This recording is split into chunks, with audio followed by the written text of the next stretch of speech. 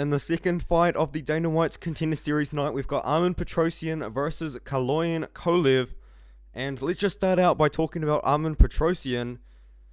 And this guy is a striker. He's got 5 wins by KO.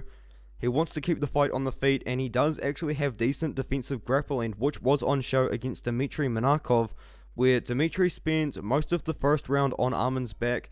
But Armen wasn't. He didn't get submitted. He managed to escape in the second round here, and when it does get onto the feet, you can see he wins by a body shot TKO. And that's one thing to say, man. When Armen senses a KO coming, he throws combinations, man. He's ready to go in for the kill there. And when the fight is on the feet, Armen is very, very dangerous. He throws a lot of body kicks, and he's got that body kick TKO win, which I just showed. He doesn't throw single shots. He almost always throws a combination with intent to finish his opponent.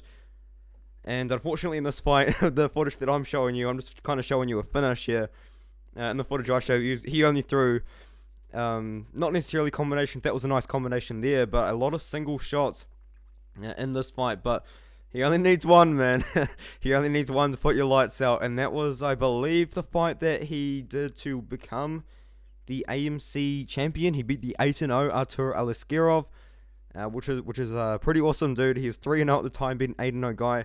In my opinion, that's the best win of his career. Before that, he was not necessarily fighting the best competition. He's got a loss in there 3 months ago, and then he fought again against the debuting guy 2 months ago. But he's been a lot more active than the next guy that I'll talk about, Kaloyan Kolev. He hasn't fought in over 2 years. I don't think that this worldwide situation has been helping that situation whatsoever, but when he was fighting, he was very, very active. So let's the first thing I'm going to do here is I'm going to talk about his record, because in my opinion, it's not really like the record is 10-0. It's amazing, but the guys that he's beaten, 0-0, 0-4, this is his best win, 25-10, pretty good win. 3-1, 2-1, 1-6, a couple of debuting guys, and the guy with the losing record. So I mean, it's 10-0, but it's not to necessarily the greatest guys. And what I'm going to talk about here is Kaloyan Kolev. He's obviously got that very impressive 10-0 record, mostly against inexperienced opponents, and he hasn't fought since 2019. He is also a finisher. He's got 7 wins by KO, 1 by submission, and 2 by decision. He was meant to fight Anton Turkalj last week, but that fight ended up falling through. His best win is over Armen Georgiev, where he utilized wrestling to win a decision. But in moments in that fight, he showed to be very hittable on the feet, which does concern me, especially coming into the fight with a knockout artist like Armen Petrosyan here.